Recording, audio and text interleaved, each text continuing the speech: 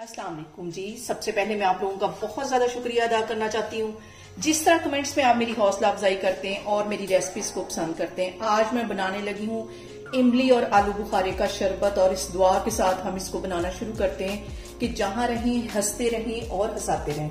तो चलिए इसे मिलकर बनाते हैं। और यहाँ पे इमली और आलू बुखारे का शरबत बनाने से पहले मैं आपको एक बात शेयर करना चाहूंगी कि मुझे आलू बुखारा ड्राई बहुत पसंद है, तो इसे मैंने एक ही क्वांटिटी में लेना था, लेकिन मैं इसको बैठे बैठे सारा खा गई। अब दोबारा से ही मैंने मंगवाया है। जितना आलू बुखारा होगा उतनी ही इमली होगी, दोनों को एक ही क्वांटिटी में ले लेना। मैंने यहाँ पे ले लिया है मट्टी का बर्तन और इसके अंदर हम इमली डाल देंगे और इसके साथ ही ये जो आलू बुखारा है ये भी चला जाएगा और 1 कप के जितना इसमें मैं पानी डाल दूंगी और इसको तकरीबन हमने 7 से 8 घंटे के लिए रूम टेम्परेचर पे रख देना है। अभी रात है, रात के टाइम में ये वीडियो बना रही हूँ। सुबह उठ के मैं इसका शरबत बनाऊंगी, फिर मैं आगे आपसे इसकी रेसिपी शेयर करूंगी। और यहाँ पे देखें जी, इमली और आलू बुखारे को मैंने रात को भिगो के रखा हुआ था और इसको भीगे हुए तकरीबन 9 से 10 घंटे हो गए और अच्छी तरह ये दोनों चीजें फूल गई।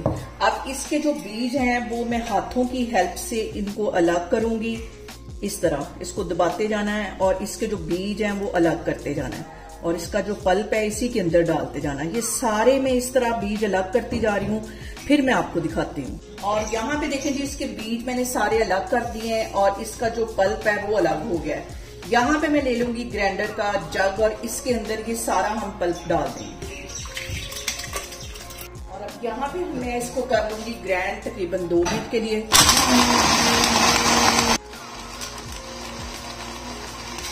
और यहाँ पे देखें चूल्हे पे मैंने रख दिया एक पैन और इसके अंदर मैं डाल दूंगी ये वाला जो पल्प मैंने ग्राइंड करके रखा हुआ था ये इसमें। यहाँ पे देखें जी, पल्प को मैंने पकने के लिए रख दिया है। अब इसके अंदर मैं डाल दूंगी आधा कप के जितनी चीनी और इसको मिक्स कर लेना है और तकरीबन 5 मिनट लगेंगे तो ये हमारा जो शरबत है वो तैयार हो जाएगा।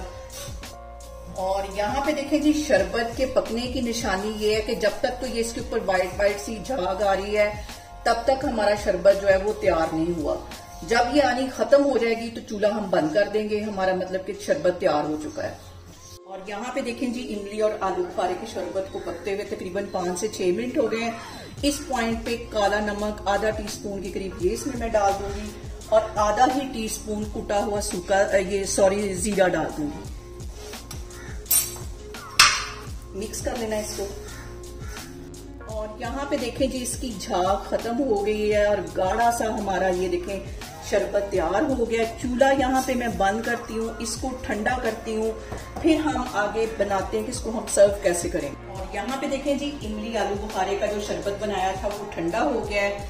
अब एक मैं ग्लास ले लूंगी और इसमें ज्यादा सारी आइस क्यूब्स डाल दूंगी ताकि अच्छा ठंडा चिल करके हम ये शरबत एंजॉय करें। इसके साथ ही ठंडा पानी डाल दूंगी इसके अंदर और यहाँ पे तकरीबन 2 टेबलस्पून के करीब ये इमली और आलू बुखारे का जो मैंने शरबत बनाया था वो इसमें चला जाएगा। और यहाँ पे मैं इसके अंदर डाल दूंगी लेमन। अभी बेचारे छोटे छोटे से ही हैं, घर में ही लगे हुए थे तो मैंने वो तोड़े हैं। और इसके साथ ही 1 टेबलस्पून के करीब मैं डाल दूंगी इसके अंदर तुख मलंगा, जो कि बहुत ठंडी होती है और इस शरबत के साथ बहुत मजे की लगती है।